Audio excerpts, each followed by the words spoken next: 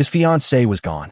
Ethan Cole stood alone on the altar, watching as Chloe Vance, in her brilliant white wedding dress, sprinted towards a beat-up old motorcycle. He didn't move a muscle. She swung a leg over the cracked leather seat, her face glowing with an ecstatic, wild energy. "Ethan, just let me have this one last crazy moment," she yelled over her shoulder, her smile dazzling. "I promise after this I'm all yours. I'll do whatever you say." The driver was Leo Carter, her guy best friend. He gunned the engine, and they peeled out onto the road, a blur of white tulle and chrome. "How's it feel to be a runaway bride?" Leo shouted over the roar of the engine. "Like my life is finally complete," Chloe screamed back into the wind. A small, wry smile touched Ethan's lips. "Yeah," he murmured to himself. "Mine too, I think. Chloe, you and I are over." He calmly took the microphone from the wedding officiant. "Ladies and gentlemen," he announced, his voice steady, "my apologies for the unexpected turn of events. I hereby announce that the marriage between the Vance and Cole families is officially canceled." "Son, please. Chloe's just being foolish. I'll get her back here right now. I'll make her apologize," Mr. Vance said, mopping his brow with a handkerchief. "No need, sir. From this day forward, our families can go their separate ways." "Ethan, please give her a chance. She's just a kid at heart. She doesn't know any better," her father pleaded. Ethan ignored him, addressing the stunned guests. "Please, everyone, eat, drink, and enjoy yourselves. Today, everything's on me." Later that night, he stood in the new condo they were supposed to share, a bitter taste in his mouth. He wasn't the type to beg or make a scene. He was rational. Chloe had made her choice, and he wouldn't cling to a sinking ship. Rip off the Band-Aid. That was his motto. He picked up his phone. "Faye," he said to his assistant. "3 things. First, terminate all our contracts with Vance Corp. Immediately. Second, put this condo on the market. I want it sold by the end of the week. Third, arrange for the engagement ring to be returned." "Yes, Mr. Cole," she replied without hesitation. After a long, hot shower, he scrolled through Instagram. Chloe's feed was a chaotic explosion of posts. Runaway bride. Took a leap for one last taste of freedom. Hashtag no regrets. Hashtag live your life. A picture of her in the wedding dress, praying with mock seriousness in a tiny, bizarre roadside chapel. "Pretty sure I'm the first bride to get a blessing at the chapel of the Holy Cow. LOL. Then a cascade of stories. Playing ping pong at a dive bar, riding a roller coaster at an amusement park, shrieking in a haunted house. All in the increasingly grubby wedding dress. He let out a short, sharp laugh and shut his phone off. "Go on, have your fun," he thought. "One day you'll realize how childish this all was." He knew Chloe. She was impulsive, carefree, and hated being tied down. He'd known it for years. He'd often wondered if marrying someone so untethered was a good idea. The answer was a resounding no. He'd thought about ending it, struggled with it, but ultimately convinced himself to give her one last chance. Maybe marriage would teach her about responsibility, about consequences, about boundaries. He was wrong. She would never grow up. Today's stunt was a blessing in disguise. It severed any lingering attachment he might have had. He was once drawn to her wild spirit, found it charming. But after years of it, he was just tired, so incredibly tired. There was no communicating with her. He'd come to realize her personality was suited for a friend, not a life partner. He opened his laptop and dove back into company reports. Before he knew it, it was 2 a.m. He glanced at his phone. Her Instagram story was still active, a nonstop party. He shook his head wearily, turned off the phone, and went to sleep. The next day, it was business as usual. He walked into the office with a smile, greeting his colleagues just like any other morning. They stared at him with a mixture of pity and awe. Didn't his fiancée just leave him at the altar? One whispered, "See, that's the difference between us and the boss. He's completely unruffled. God, I wish I had that kind of composure." Ethan heard them, a slight smile playing on his lips. This was who he was. Compartmentalized, incredibly rational. It wasn't that he wasn't sad. He had been once. He'd been jealous, hurt, and angry when she got too close to other guys. They'd fought about it, but she never changed, and eventually he just stopped. He'd let go. Marrying her was more about fulfilling a sense of obligation than passion. And then she'd done this. She'd set him free. His secretary placed a coffee on his desk. "Thanks, Mr. Cole. What is it? You seem completely fine." He smiled faintly. "What would you have me do? Throw a tantrum? Yell at everyone to blow off steam? What would that solve?" "Well, I guess you have a point." "Exactly. It happened. Nothing you do after the fact can change it. But you're so calm. I'm rational. I'm past the age for pointless drama." "Right. About the Vance Corp partnership. It's canceled. Issue a new request for proposals. She gave a knowing smirk. What's that look for? You think this is revenge? Her expression screamed. Isn't it obvious?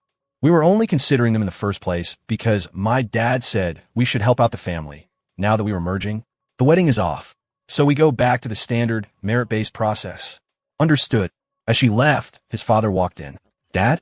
What are you doing here? Came to see if you were holed up in here, licking your wounds. Looks like your mother knows you better than I do. You have that little faith in your son. Hey, I was just worried about you, kid. Don't be. I'm not that fragile. Good to hear. Well, in that case, I'm off to play chess with Mr. Reed. By the way, about the company stuff, you do what you have to do. I know, Dad. Think you can beat him this time? Don't get me started. The old fox must have been taking lessons somewhere. I can barely keep up with him lately. Well, you're on your own. My chess game can't help you. I wouldn't expect help from a chess-illiterate rookie like you anyway. After work, his dad called and asked Ethan to pick him up. As he walked into Reed's sprawling garden, he could hear the two old men arguing. A move made is a move made. No takebacks. That's cheating. So what? Just let me have it. Letting you win is an insult to your intelligence. I don't mind being insulted. What's going on here? A young woman's voice cut in. Ethan stopped in his tracks. Sienna, look at your father. An old man acting like a child. What's wrong with letting me have one move? Dad, you can't cheat. Mister, Cole took time out of his day to play with you. The least you can do is not make him angry. I just made one bad move, mister. Reed grumbled. A mistake is a mistake, Dad. Just think more carefully next time. See? Your daughter has more sense than you do, mister. Cole said with a laugh. Dad, mister. Cole, I had the kitchen make some spiced apple cider. Why don't you two come inside and have a drink? Sienna offered. Oh, wonderful. My favorite. Mister. Cole's grin stretched from ear to ear. Ethan walked over. Dad, mister. Reed. Sienna. Ethan, you're here to pick up your dad. Yeah, I heard about Chloe. Are you okay? She asked, her voice soft with concern. I'm fine. It was her choice.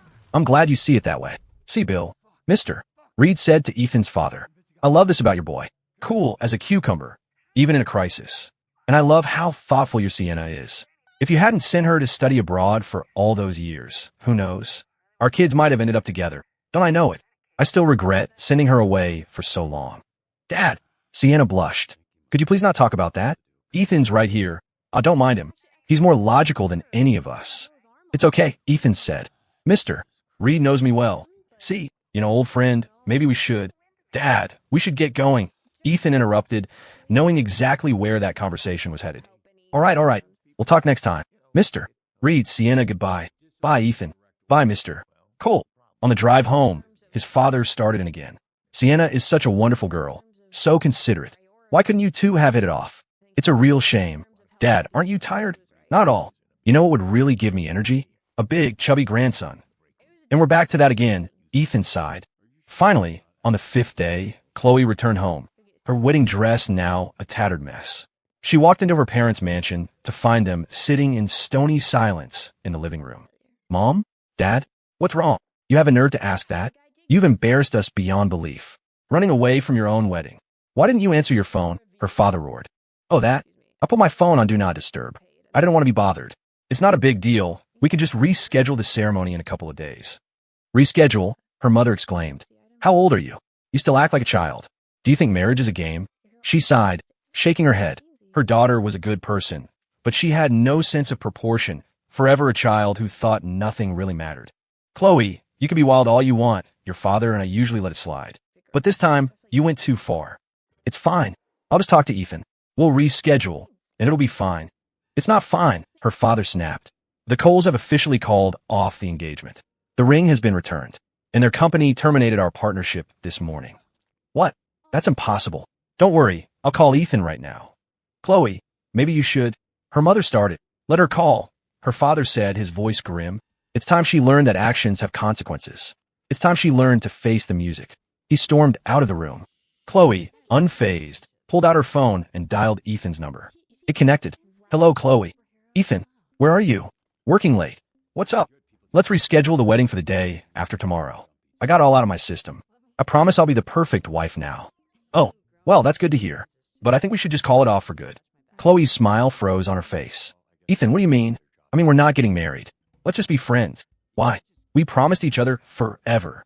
How can you go back on your word? Forever? Let's not and say we did. You seem to be having a great time, didn't you? So, You're angry. I'm not angry. You made a choice, and you have to be responsible for that choice. Right? You say you're not angry, but you are. I know I went too far this time, and I'm sorry. I just wanted to put a period on the end of my youth so I could focus completely on you. So, did you put a period on it? I did. That's why I came back to marry you. Great. Because I put a period on us, too. See? Everybody wins. You're not joking, are you? When have I ever joked about things like this? A knot of panic tightened in Chloe's chest. He wasn't joking. This was real. Ethan, listen to me. I know I messed up. I'm so sorry. Please don't be mad. I swear, from now on, I'll listen to everything you say, okay? Please, just stop being like this. I'm not being like this. You said you needed one last crazy adventure. Did I stop you? Did I bother you once while you were gone? You and Leo were gone for 5 full days. You look happy. Leo and I are just friends. He's my best friend. You know that. I swear, you know me. I'm just impulsive. I'm selfish. Her voice broke, and she started to cry. Chloe, we're not kids anymore. We have to be responsible for our choices. That's it. The line went dead. Chloe stood there, phone in hand, completely stunned. Was I really wrong? I just didn't want to have any regrets. Why can't you understand that? The tears she'd been holding back finally streamed down her face. She threw herself onto her bed, sobbing. I don't believe it. I don't believe you just throw away all these years we had together. She got up, showered, and fell into a deep, exhausted sleep. The next morning, she got up, put on makeup, and drove to their condo, the one they were supposed to call home. When she arrived, movers were carrying furniture out onto a truck. She ran up to them. What are you doing? Why are you moving our things? Ma'am, the owner sold the place. We're just the movers. Sold it? Who told you it was sold? This is my home. You can't do this. The foreman sighed and called the building manager. Ms. Vance didn't Mr. Cole tell you? He finalized the sale 2 days ago. The title has already been transferred. 2 days ago. What was she doing 2 days ago? She was at an amusement park with Leo, screaming her head off on a roller coaster. A wave of guilt washed over her, followed by a tidal wave of panic. She fumbled for her phone and called Ethan. Hello. What is it, Chloe? Ethan, you sold the condo. I did. What? The engagement is off, and I've decided I'm not ready to get married right now. So I sold it. I don't agree to call off the engagement. Ethan, I know you're angry. Can we please just sit down and talk about this? Chloe, I'm almost 30. We're not children anymore. Are you saying I act like a child? His silence was her answer. Chloe, we're really over. Why? Why are you doing this? There is no why. We're adults. We have to take responsibility for the paths we choose. Ethan, are you really just going to throw away all our years together? You're the one who threw them away. You're still angry. Fine, he said, his voice flat and tired. If it makes you feel better, believe that I'm angry. But it doesn't change the outcome, does it? Ethan, you know me. You know I'm impulsive. I thought you would always tolerate it. I get tired, Chloe. I'm so tired. Maybe we just aren't right for each other. Tired? Go find Leo. I think you two are a much better match. Goodbye. He hung up. No, that's not. The dial tone buzzed in her ear. Chloe walked aimlessly down the street, a hollow feeling echoing in her chest. Memories of their time together flashed through her mind. It felt like a vital part of her had been carved out. Her eyes stung. Was I really that wrong? She saw a young couple nearby, playfully arguing. You're not allowed to go to the movies with any other girls, the girl said. And you're not allowed to go to amusement parks with other guys, he retorted. You can't accept letters from other girls. You can't accept flowers from other guys. Chloe, bewildered, walked up to them. Why not? What's wrong with that between friends? The girl looked at her like she'd grown a second head. Lady, have you ever been in a relationship? Love is selfish. It's not something you share. Nobody wants the person they love getting flirty with someone else. Not even friends. Especially not friends. Love is about possession. What if someone did all those things? Then it means they don't really have their partner in their heart. That's why they don't care if they hurt them. Hurt them? But what if it's purely platonic? It doesn't matter who the other person is. If you're too close with someone of the opposite sex, you're hurting your partner. Period. But, no buts. Love is a two-way street. If only one person is putting in the effort, it's doomed to fail. A two-way street? Look, lady, try putting yourself in his shoes, the girl said. What if your boyfriend was always hanging out with another girl? Sharing a milkshake, going shopping, seeing movies, going to amusement parks together. How would you feel? I've never thought about it. Well, maybe you should, the boy chimed in. What would happen to a boyfriend if his girlfriend did all that? Chloe asked. Babe, you take this one, the girl said, nudging him. He cleared his throat. Okay, so at first, I tried to talk to her about it, seriously. If she kept doing it anyway, ignoring how I felt, I'd just get worn out. I'd start to lose faith in the relationship. The love would just fade. Eventually, I'd have to let go and walk away. Chloe's heart clenched as if a fist had squeezed it. Okay, what if, she pressed, her voice trembling slightly, what if your fiancé ran out on your wedding? With another man? Not a lover, just a friend. What would you do? The boy's eyes went wide. What? Left me at the altar? For another guy? If she's going to ruin my life, I'd ruin hers right back. Honestly, I might do something crazy, drag them both down with me. For a man, that is the ultimate humiliation. It's like having your face ground into the dirt in front of everyone you know. You'd have to live with the whispers and the jokes forever. Even your family would be ashamed. Chloe staggered back, clutching her chest. The girl steadied her. I don't think any guy could ever accept that. His bride running off, the boy added, even if she didn't mean anything by it. Are you okay, miss? The girl asked. Yes, thanks. If a girl did all that, but she never cheated, would the guy forgive her? Depends on his breaking point, I guess, the boy said, shrugging. But me? No way. And I bet most guys would say the same. Why? Because my heart would be dead to her. If someone can do something that irresponsible, they're either a complete narcissist or totally untrustworthy. Why would you keep someone like that around? The color drained from Chloe's face. She finally understood why Ethan had been so calm, so decisive. It wasn't anger. He was just done. His heart had died. What if, she asked, her voice barely a whisper, what if a guy used to be super strict with you, really possessive, but then he just stopped caring? That means you're not an option for him anymore, the girl said gently. He was possessive because he loved you. He got jealous and angry when he saw you with other guys. When he stops caring, it means you don't matter anymore. He doesn't care what you do. Chloe's heart hammered against her ribs, her body trembling. I see. Thank you. No problem. Come on, babe, let's go. Bye, lady. The couple walked away, hand in hand, sharing a single drink. Chloe stood there for a long time. He stopped caring because he stopped loving me? That's why he seems so indifferent? The thought was terrifying. No, it can't be. Did her grand escape inflict an unforgettable wound on Ethan? She'd left him to face the gossip, the pitying looks, the judgment, all by himself. How helpless must he have felt? Love is selfish. It's possessive. It's not for sharing. A montage of scenes flashed in her mind. Everything that young couple had described, she had done with Leo, and she had never once stopped to think. What if Ethan had a female friend like Leo? What if he was the one who left her at the altar for another woman? She shook her head, unable to bear the thought. Imagining it was suffocating, and yet she had actually done it to him. She gasped for breath, clutching her chest. I was wrong. I was so wrong. Ethan, I'm sorry. I didn't understand boundaries. In that moment, she finally grasped the depth of the pain her thoughtlessness had caused him, and she had been completely oblivious. She started running, sprinting toward Ethan's office building, a desperate need to fix everything propelling her forward. There has to be a chance, she panted. If I apologize, if I tell him I was wrong, maybe it's not too late. But she wasn't sure. His attitude had been so final. He'd already sold their home. A deep, cold dread enveloped her. She reached his company's building just in time to see Ethan and Sienna Reed walking out of the main entrance, laughing about something. They said their goodbyes, and Sienna drove off. Chloe immediately ran up and grabbed his arm. Ethan, what are you doing here? Can we please talk? Ethan glanced at his watch. 30 minutes. There's a coffee shop around the corner. Sitting across from him, Chloe wrung her hands. I'm sorry, Ethan. I was wrong. I shouldn't have been so selfish, so reckless, so completely thoughtless about your feelings. Seeing him laughing with Sienna had sparked a jealous rage inside her, a feeling so intense it took her breath away. And she had done things 100 times more intimate with Leo. The regret was a physical ache. It's fine. It's in the past. It just proves we weren't right for each other. Ethan, I know what I did was horrible. I was so wrong, and I regret it more than anything. Can we please try again? Let's have another wedding. I swear from now on, whatever you say goes. I'll listen to you, I promise. She raised her right hand as if taking an oath, her expression deadly serious. Ethan looked at her for a long moment, then gently pushed her hand down. Chloe, we're really over. Why? Why can't you give me a chance to make it up to you?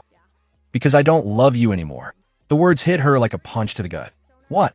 When you ran off, I thought I'd be devastated. But I wasn't. I was just angry. Angry that you could still be so impulsive at a moment like that. I'll change. I'll change everything. You don't like me hanging out with Leo? I'll block his number right now. You want a quiet life? I'll stay home with you. Just don't leave me, she begged, tears streaming down her face, her grip on his hand desperate. Chloe, the biggest problem isn't Leo. It's that I don't have feelings for you anymore. How can you not have feelings? We were so in love. How did we get to this point? I know. I've asked myself that same question 1,000 times. How did it get this bad? Why? I didn't get it first, but now I do. Remember how I used to get so angry when you went out with other guys? How I'd lose my temper? Yes, it happened a few times. But after a while, when you started going out with him again, did I ever say anything? No. At first, it made me anxious and furious. I felt this crushing weight on my chest. But slowly, over time, that feeling just disappeared. Ding. The young girl's words from the street echoed in her head. When he stops caring, it means you don't matter anymore. She tightened her trembling grip on his wrist. Ethan continued, his voice void of emotion. It wasn't until you left me at the altar that I finally understood. My heart didn't feel a thing. Not a single pang of pain. Just cold anger. And I knew, right then, that you weren't in my heart anymore. Chloe was openly weeping now, her vision blurred. How did this happen? It's my fault. It's all my fault. I shouldn't have been so selfish. I shouldn't have ignored your feelings. I shouldn't have had such poor boundaries with Leo. It's done, Chloe. We both need to move on. My 30 minutes are up. I have a client meeting. He stood and walked toward the door. Ethan, she called out, her voice cracking. This time, let me be the one who loves you with everything I have. Can you just love me one more time? He didn't stop. He didn't look back. He just walked a little faster. After that day, Chloe was a different person. She stopped wearing heavy makeup, stopped going to bars and clubs. She threw herself into her work at her family's company, learning to patiently solve problems she would have once ignored. In the process, she started to understand the meaning of responsibility. After work, her new hobby was learning to cook. I did it, she cheered, dancing around the kitchen. It was the 20th new dish she'd mastered. She carefully packed her best creations into a container and drove to Ethan's office. Ethan, I made these for you. I hope you like them. She held the container out to him, her hands trembling slightly. He took it, his eyes falling on the small red burn marks that dotted her hands and wrists. He frowned. Your hands. Chloe quickly hid them behind her back. It's nothing, it's nothing. Just try the food. He took a bite. It's good. A smile bloomed on her face. Don't do this again. The smile froze and shattered. You don't like it. That's not it. This is just inappropriate. Ethan, I'm really trying to change. Please, just believe me. That's not the point. Our relationship makes this inappropriate. You should go. And don't come back. He handed the container back to her and disappeared into a conference room. Chloe walked out of the building in a daze, a profound sense of powerlessness washing over her. This is so much harder than I thought. As she left, she heard the whispers from his employees. Isn't that the fiancé who ran out on him? What's she doing here? Trying to win him back after all that? I heard she ran off with her guy best friend for like a week. Ugh, seriously? Guy best friend. That's just code for a side piece. What a joke. The nerve of her to show her face around here. Chloe managed a bitter smile. Hearing just a few sentences felt like daggers. How many rumors and insults had Ethan endured? A needle only hurts when it pierces your own skin. She finally understood. Even if she and Leo were completely innocent, in the eyes of the world, she had branded herself. And Ethan was the poor guy who got cheated on and humiliated on his wedding day. A joke for the rest of his life. The thought made her sick with regret, hating herself for her incredibly irresponsible actions. I can't give up, she told herself, her resolve hardening. He put up with my nonsense for so long. I have to be just as persistent. She took a deep breath. You can do this, Chloe. Fight for your happiness. She continued to bring him lunch every day. When she couldn't see him, she'd leave a note with the food at the front desk. But the business partnership between the Cole and Reed families grew stronger. Ethan and Sienna were seen together more and more often, arriving and leaving work at the same time, until they were nearly inseparable. After only a month, Chloe was at her breaking point. She finally understood. This is what it feels like, to see the person you love being close with someone else. This anxiety, this constant ache in your chest. Is this what Ethan felt all those years? She had tried everything she could think of to make amends, but it had almost no effect. Ethan remained cold and distant. She was starting to understand. It's so hard to win back someone's heart.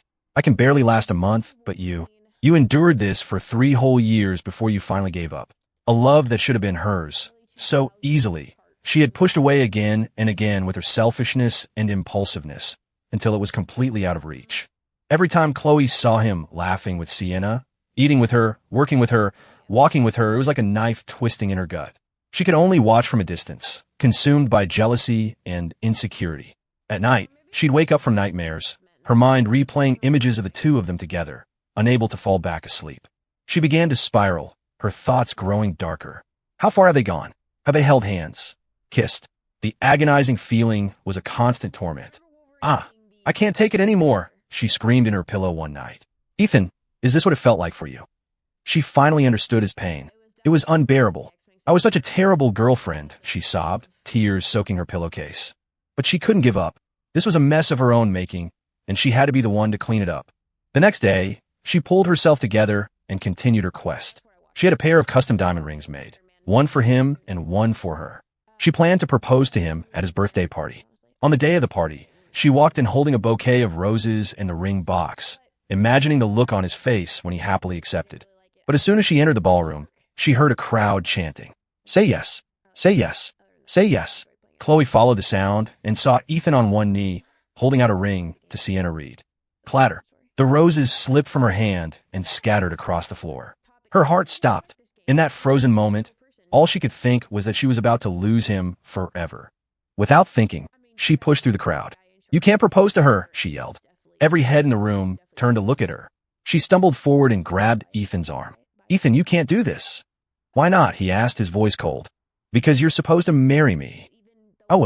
But you already made your choice when you ran away, remember? "That was a mistake. I was being impulsive, and I know that now. I love you, Ethan. I really, truly love you. I can't live without you." The tears she'd been holding back burst forth, her hands shaking as she clung to him. "But I don't love you anymore, Chloe," he said, his voice gentle but firm.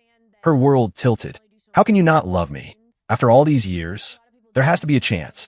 All those years just prove one thing.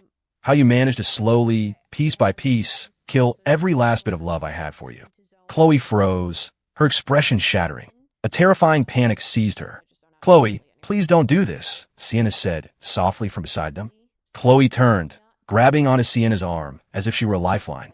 "Sienna, we've known each other since we were kids. Please, don't accept his proposal. Please. Chloe, we've all known each other a long time. Can you please stop making a scene?" Ethan said, his patience wearing thin. "I don't want to, but I don't have a choice." Chloe's voice was a ragged sob, her body trembling. "You think I want to do this? I have no other choice. I'm out of options." Sienna looked at Chloe's broken form and sighed. "Why'd it have to come to this? Chloe, when Ethan loved you, why didn't you cherish it? Now, just let him go, okay?" Chloe clenched her fists, waving them in the air as if fighting off an invisible demon. "I can't. You think I haven't tried? I thought about setting him free, but I can't do it. Every time I think about losing him, my heart it hurts so much." She shook her head violently, tears flying. "But I don't love you anymore, Chloe." Her head snapped back to Ethan.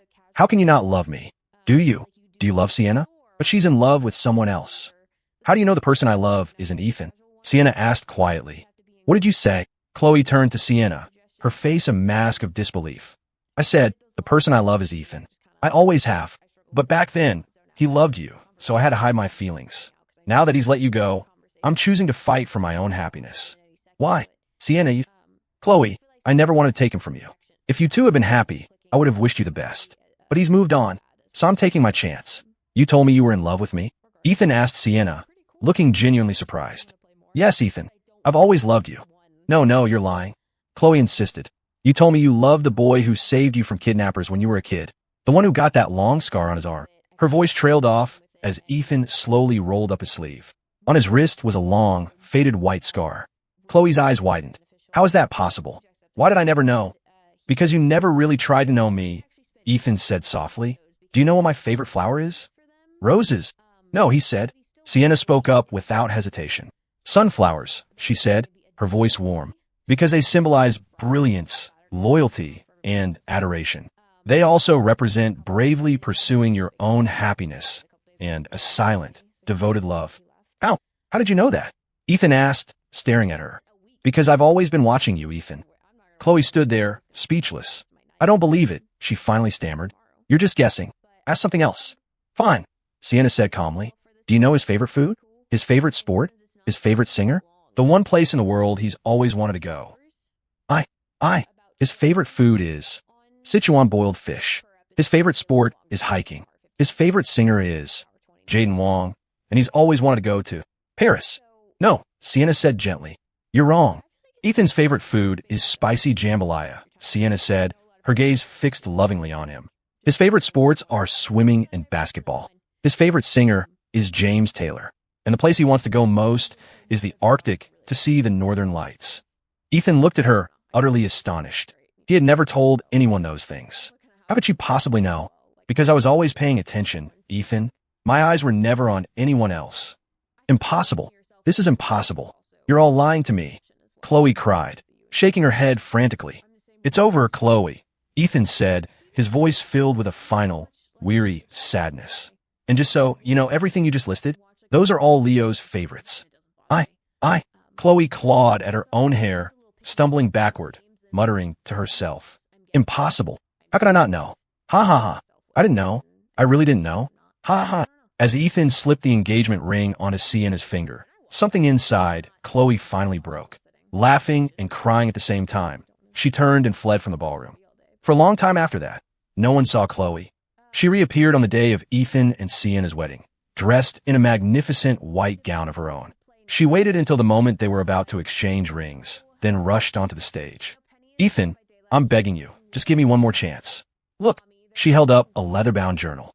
Inside, every page was filled with meticulous notes on Ethan's likes and dislikes.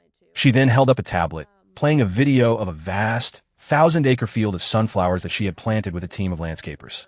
Then a video she had filmed herself played on a large screen behind the altar. Ethan Cole, her image on the screen, said, her voice thick with emotion. I know my past recklessness hurt you deeply, but that was never my intention. My heart has always loved you.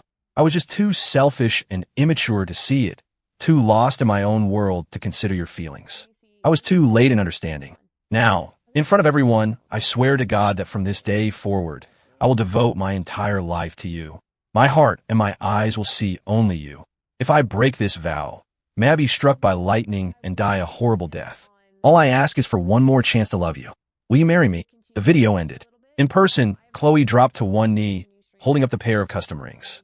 Ethan Cole, please marry me, she cried out. Sienna stood beside him, her brow furrowed, looking at Ethan with uncertainty. I'm sorry, Chloe. I can't marry you. Sienna's tense expression relaxed into a gentle smile. Why? Chloe's heart plunged into an icy abyss. When you abandoned me, time and time again. When you took Leo to all the places I told you I dreamed of visiting. When you ran away from our wedding with him. In those moments, it became impossible. With every word he spoke, the color drained from Chloe's face until she was ghostly white. Please stop, she whispered. I know I was wrong. I was horrible. I swear, there was never anything between me and Leo. I never did anything to betray you. None of that matters anymore, Chloe. Because in the process of you ignoring me again and again, my heart emptied itself of you. There's nothing left. The person I love now is Sienna. Being with her, I've learned what love is supposed to feel like. It's happy. It's peaceful. You don't have to live in constant fear. It's about mutual support and unconditional security. I'm happy with her. So please, let me go. This isn't how it's supposed to be, Chloe mumbled, her body trembling on the verge of collapse. What's lost is lost forever. Her mother could no longer stand to watch. She went up and pulled Chloe to her feet. Honey, give up. It's really over. But I can't let him go. Chloe's cries were ragged, torn from the depths of her soul. Ethan, is there? Really? No chance for us. Ethan just shook his head, his expression firm and resolute. Her parents half-carried, half-dragged the nearly hysterical Chloe from the venue.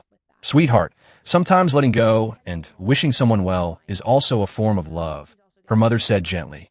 Wish him well, but the person standing next to him should be me. But you're the one who pushed him away, aren't you? Yes, I did. I pushed him away, she sobbed. It's my fault.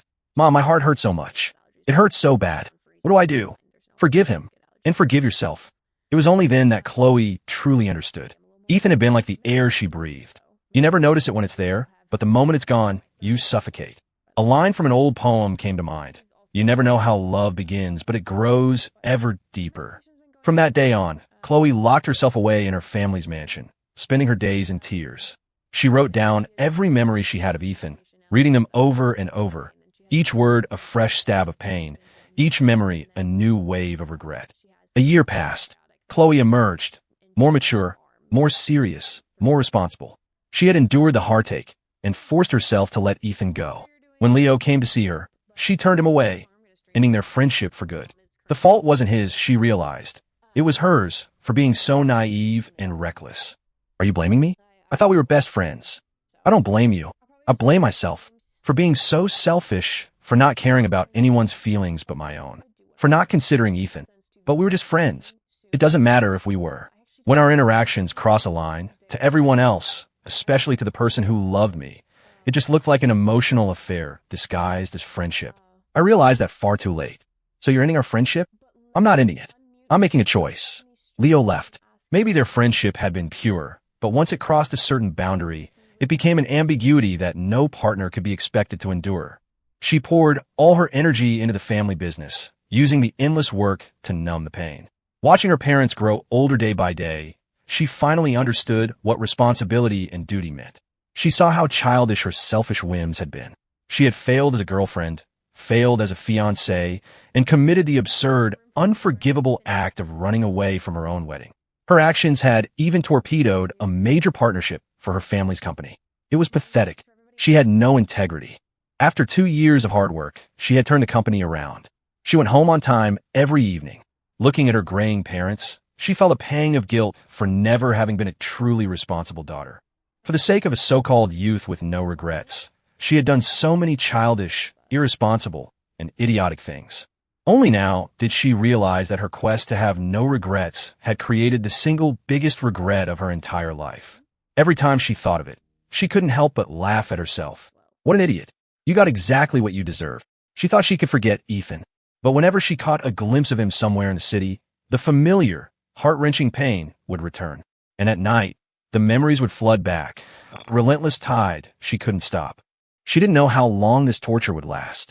The only thing she could do was resist the urge to interfere in Ethan and Sienna's life. She couldn't bear the thought of him hating her. If I could just have one more chance, do it all over again, she would whisper to herself in the dark. I wouldn't be so reckless. I wouldn't leave him. I wouldn't ignore him. I would marry him, have children with him. But there were no do-overs. She had finally learned the truth of that old saying. You have to walk the path you choose, even if you have to crawl, even if it leads off a cliff. Because no one will be waiting for you back where you started.